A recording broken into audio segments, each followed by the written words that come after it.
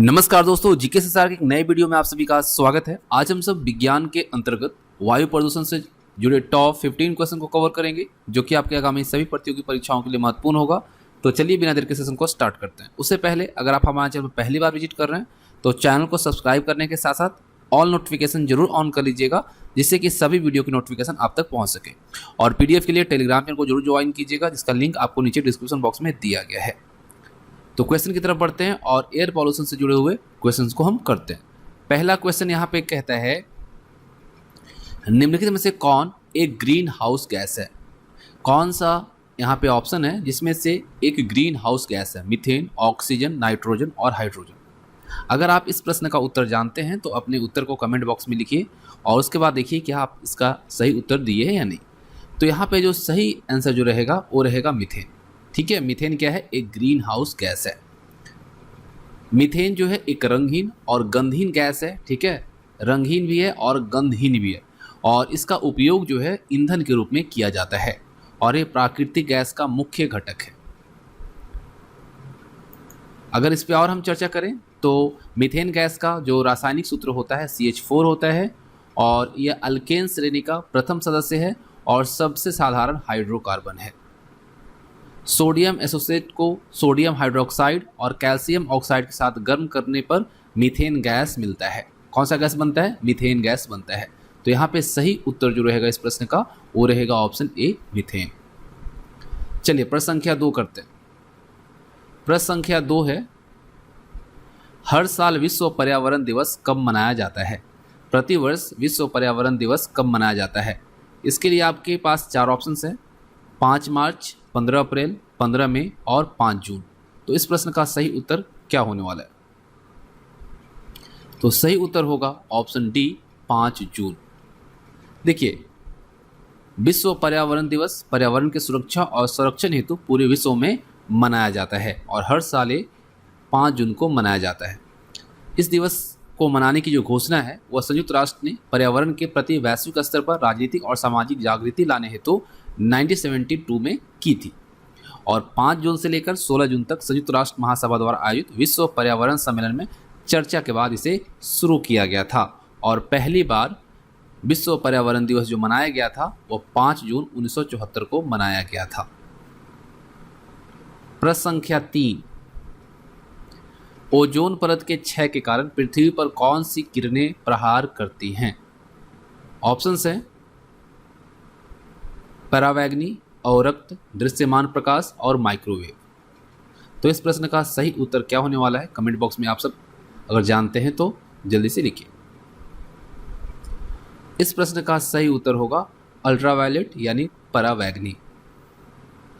देखिए, परावैंगनी नाम इसलिए पड़ा है क्योंकि यह प्रत्यक्ष प्रकाश की सर्वाधिक आवृत्ति और न्यूनतम तरंग धैर्य वाली, बैंगनी से अधिक आवृत्ति वाली, साथ ही कम तरंग धैर्य वाली होती है। इसी वजह से इसे परावैंगनी कहा जाता है।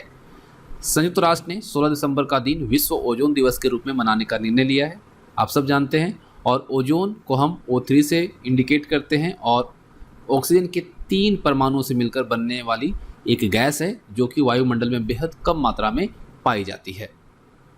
पृथ्वी की सतह से 30 से 32 किलोमीटर की ऊंचाई पर इसकी सांद्रता जो है वह अधिक होती है, और ये हल्के नीले रंग की तीव्र गंध वाली विषैली गैस है।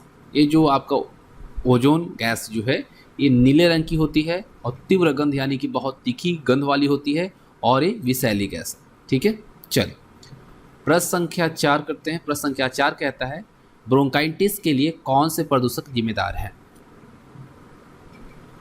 आपके ऑप्शंस हैं O2CO2, COCO2, SO2NO2 या फिर Cl2H2S। तो इस प्रश्न का सही उत्तर होगा COCO2। देखिए, इसके बारे में अगर मैं बताऊं तो फेफड़ों के अंदर स्थित जो श्वसनी के श्लेष कला के प्रदाह जो यानी इन्फ्लेमेशन जो होता है उसे श्वसनी शोथ या ब्रोंकाइटिस कहा जाता है। ठीक है, श्लेषम कला। देखिए फिर से मैं एक बार रिपीट करता हूँ, फेफड़ों के अंदर स्थित जो श्वसनी के श्लेषम कला के प्रदाह यानी इन्फ्लेमेशन जो होता है उसको श्वसनी शोथ या ब्रोंकाइटिस कहा जाता है। और श्वास नली जो है उससे फेफड़ों में वायु ले जाने वाली नलियों को क्या कहा जाता है? श्वसनी कहा जाता है। ठीक है, अगला प्रश्न करते हैं। प्रश्न संख्या 5 है, प्रमुख प्रकाश रासायनिक ऑक्सीडेंट है। ऑप्शंस हैं ozone, hydrogen peroxide, hydrogen peroxide के बाद है नाइट्रोजन ऑक्साइड और पेरोक्सिलिन एसिटाइल नाइट्रेट। प्रमुख प्रकाश रासायनिक ऑक्सीडेंट क्या है? अगर आप इसका उत्तर जानते हैं तो कमेंट बॉक्स में बताइए। इस प्रश्न का सही उत्तर जो होगा वो होगा ऑप्शन सी, नाइट्रोजन ऑक्साइड। देखिए, डीजल या कोयले के दहन से प्रदूषित धुएं का जो मुख्य क्या है, अवयव है, और इसके साथ साथ यह पेट्रोल, डीजल, कोयले को जलाने से उत्पन्न होती है और बिजली कड़कने के समय आसमान में भी बनती है। क्या? Nitrous oxide. और यह गैस जो है बच्चों को सर्दियों में सांस की बीमारियों के प्रति संवेदनशील बनाती है, दिक्कत करती है, परेशानी उत्पन्न करती है। तो यहाँ पे सही ऑप्शन जो है ऑप्शन सी है। प्रश्न संख्या 6, आगरा में ताजमहल किस चीज़ से क्षतिग्रस्त हो सकता है?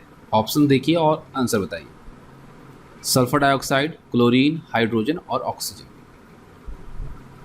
इस प्रश्न का सही उत्तर क्या होना चाहिए? जल्दी से कमेंट बॉक्स में बताइए अगर आप जानते हैं तो। इस प्रश्न का सही उत्तर होगा ऑप्शन ए, सल्फर डाइऑक्साइड। देखिए, सल्फर डाइऑक्साइड क्या है? एक केमिकल कंपाउंड है और यह एक टॉक्सिक गैस है जो कि क्या है, किसके लिए रिस्पॉन्सिबल है? स्मेल ऑफ बर्न्ड मैचेज के लिए। इसका अगर हम फॉर्मूला देखें तो SO2 है और इसका IUPAC नेम है सल्फर डाइऑक्साइड। इसका मोलर मास देखें तो 64.066 ग्राम पर मोल होता है। मेल्टिंग पॉइंट है -72 degree Celsius, boiling point -10 degree Celsius, और ये वाटर में सॉल्यूबल है। ठीक है, और यहाँ पे आप देख रहे हैं इसका बॉन्डिंग किस तरह से होता है। ठीक है,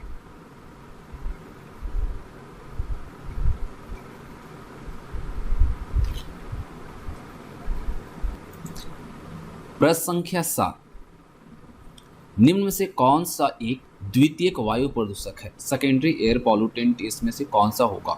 ऑप्शंस आपके लिए हैं ozone, carbon dioxide, sulphur dioxide और कार्बन मोनोऑक्साइड। तो इस प्रश्न का सही उत्तर क्या होना चाहिए? तो सही उत्तर जो होगा वो होगा आपका ऑप्शन ए, ओजोन।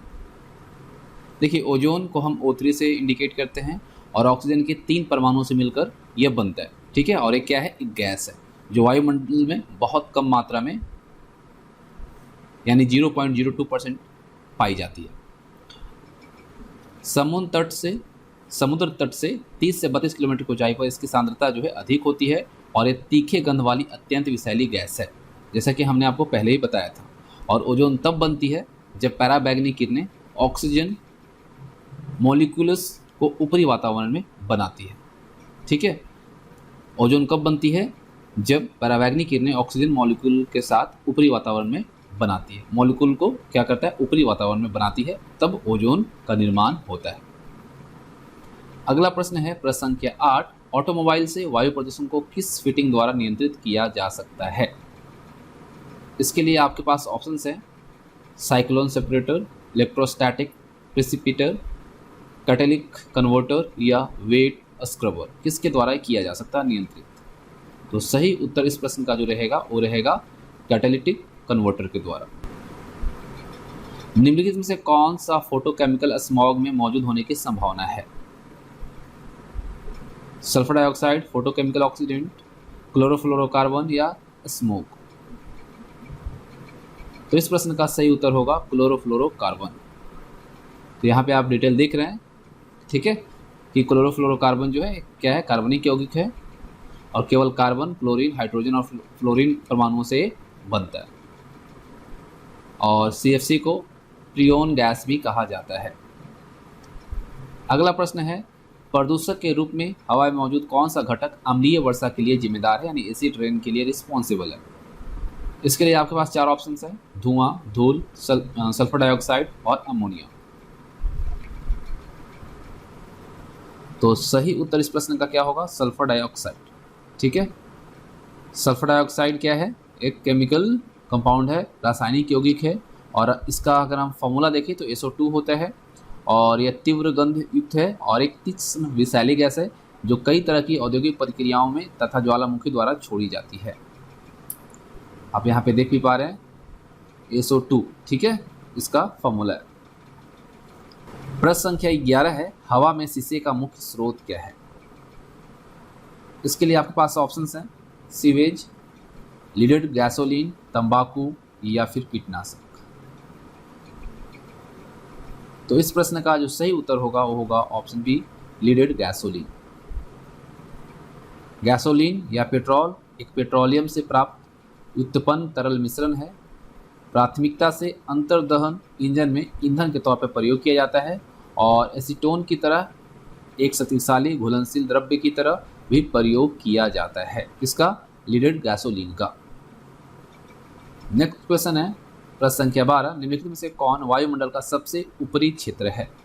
वायुमंडल का सबसे ऊपरी क्षेत्र कौन सा है?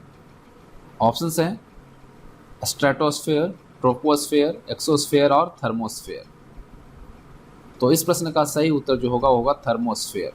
थर्मोस्फेयर जो है जिसे हम तापमंडल कहते हैं, 80 किलोमीटर के बाद केवल यही परत रह जाती है और परावैग्नि विकिरण इसी परत में ताप यानी हीट में तब्दील हो जाती है और जिसके परिणाम स्वरूप इस परत का तापमान जो है 2000 डिग्री सेल्सियस तक पहुंच जाता है।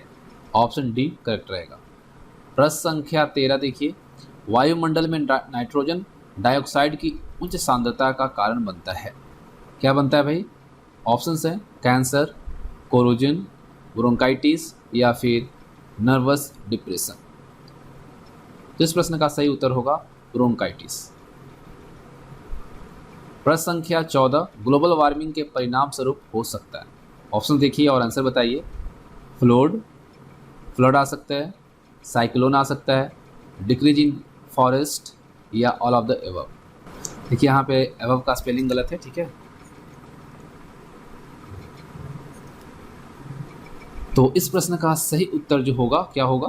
वो होगा आपका ऑल ऑफ द एबव। यानी ग्लोबल वार्मिंग के परिणाम स्वरूप क्या हो सकता है? बाढ़ आ सकती है, साइक्लोन आ सकती है या फिर फॉरेस्ट में कमी आ सकती है, ठीक है। प्रश्न संख्या 15 है, पृथ्वी के वायुमंडल की सबसे निचली परत कौन सी है? पृथ्वी के वायुमंडल की सबसे निचली परत ट्रोपोस्फेयर, स्ट्रेटोस्फेयर, मेसोस्फेयर या फिर इनोस्फेयर। तो सही उत्तर इस प्रश्न का क्या होगा? तो होगा आपका ऑप्शन ए, ट्रोपोस्फेयर, ठीक है। ट्रोपोस्फेयर को हम क्या कहते हैं? क्षोभ मंडल कहते हैं और क्षोभ मंडल जो है पृथ्वी की सतह से 8 से लेकर तकरीबन 15 किलोमीटर तक फैला हुआ होता है और ध्रुवों पर इसकी ऊंचाई जो है 8 किलोमीटर तक है और भूमध्य रेखा पर इसकी जो फैलाव है वो कितना है? 14.5 किलोमीटर तक है, ठीक है। तो इस तरह से जो इम्पॉर्टेंट 15 MCQ थे एयर पॉल्यूशन से रिलेटेड हमने इस वीडियो में आपको दी है और उम्मीद करता हूँ आप सबको वीडियो पसंद भी आई होगी। तो वीडियो को लाइक और अपने दोस्तों के साथ शेयर कीजिएगा।